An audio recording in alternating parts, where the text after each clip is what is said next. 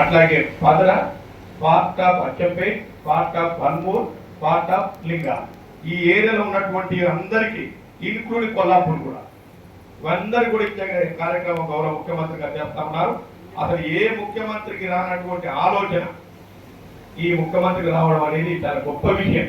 ఈ ప్రభుత్వం ప్రజల ప్రభుత్వం, రైతు పక్షపాత ప్రభుత్వం. ఈ రైతు పక్షపాత ప్రభుత్వం అనడానికి చాలా కారణాలు ఉన్నాయి.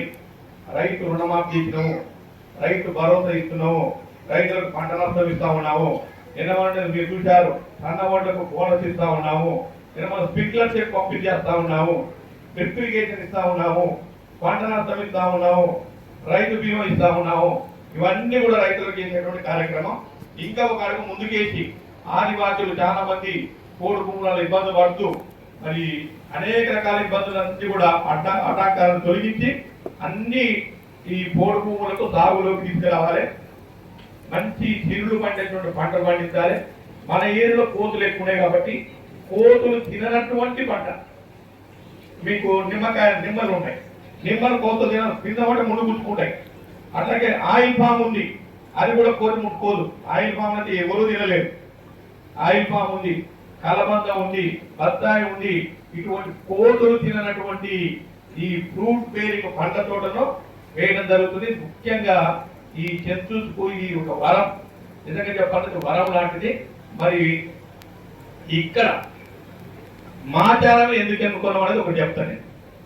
మాచారంలో 2006లో నేను ఫస్ట్ టైం ఎమ్మెల్యేగా ఉన్నప్పుడు 6 పట్టాలు ఇచ్చాము.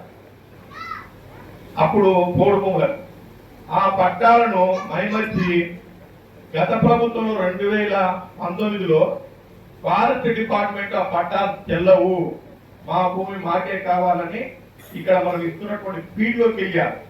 2021-22 మధ్యన ఫారెస్ట్ అధికారులందరూ కూడా చెంచు గడ్డపడి నథింగ్ డూయింగ్, మేము దీంట్లో కొంత మీద కేసులు పెడతామని 2-3 సార్లు వాళ్ళను అడగించడం జరిగింది.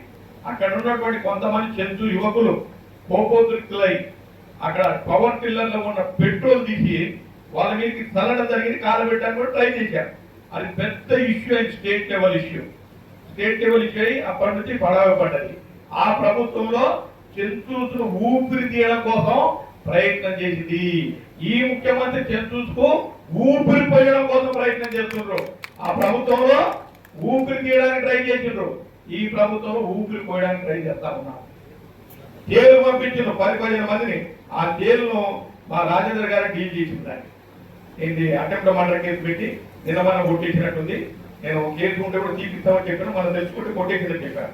కాబట్టి చెంచులు కొంతమంది జైలుకు వెళ్ళి చిన్న పిల్లను ఎత్తుకొని తల్లి జైలు పోయింది.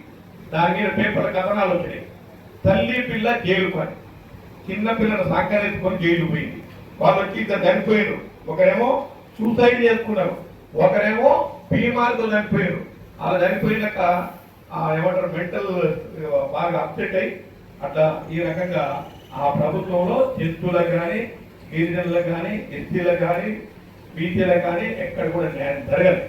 ఈ ప్రభుత్వం ఇందిరమ్మ